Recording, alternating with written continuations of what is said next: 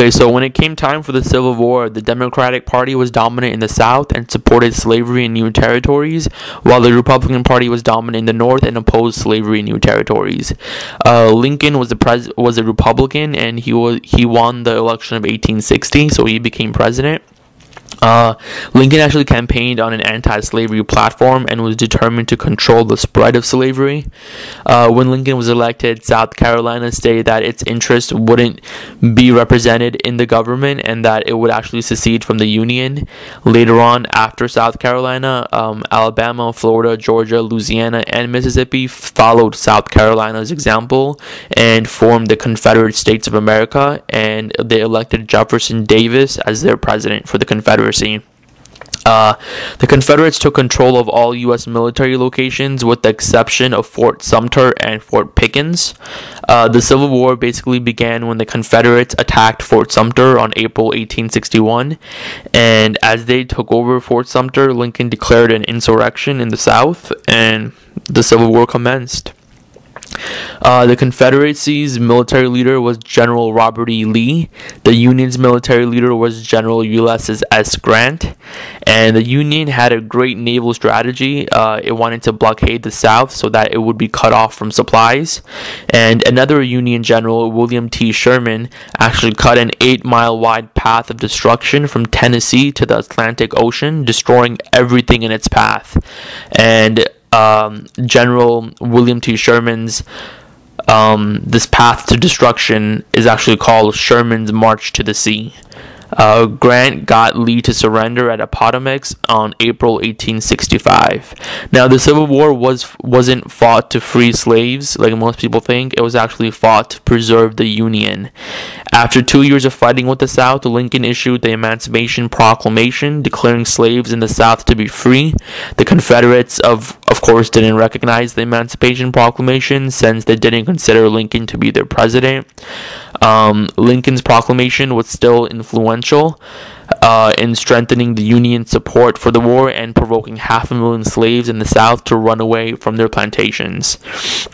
So now we're going to go into something called Reconstruction. Basically, once the Civil War ended and the South surrendered to the North, then the North had to figure out how to integrate the Southern states back into the Union so that the nation could be whole again. And this process of trying to integrate the South back into the Union is called Reconstruction.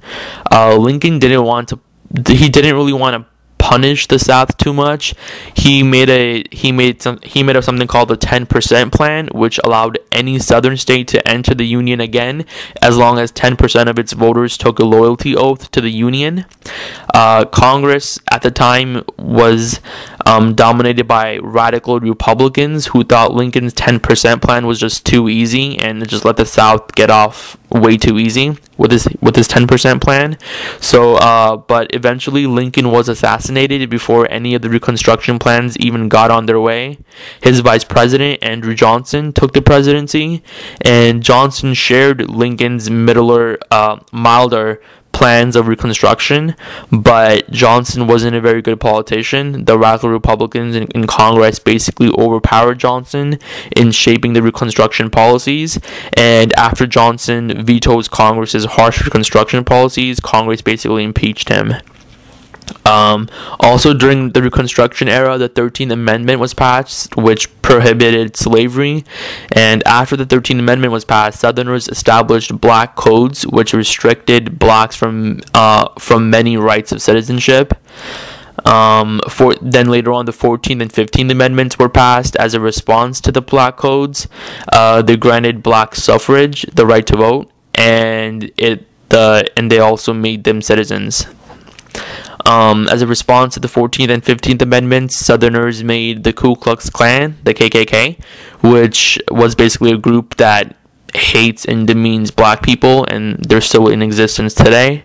Illiteracy tests that they also made illiteracy tests that people had to pass, proving that they could read and write if they wanted to vote in an election. Blacks were denied education for many years, so they obviously couldn't pass the test. Also, In response to the 14th and 15th Amendments, Southerners made a poll tax that required people to pay if they wanted to vote, and blacks obviously couldn't afford to pay. Also, the Southerners made something called the Grandfather Clause that allowed only those individuals to vote whose grandparents had votes, who had voted. Since voting rights were new to black people, no black person's grandfather had voted at the time, so obviously this prohibited black people from voting. And once they were freed, blacks didn't really have a way to make ends meet. I mean, they didn't know what to do. They were slaves for such a long time. They had no way of getting back on their feet. So they just ended up doing the only thing they really knew how to do, and that was working on plantations. Many blacks basically looked to the sharecropping system for income, and in the sharecropping system, basically a tenant farmer worked the plot and paid half of their crop as rent to the landowner, and this wasn't very profitable for the black people because they just became tenant farmers, and they were basically just farming to make ends meet and just living day by day. But there was basically no future in that. So that concludes the Civil War and Reconstruction, and this concludes the first half of AP US history.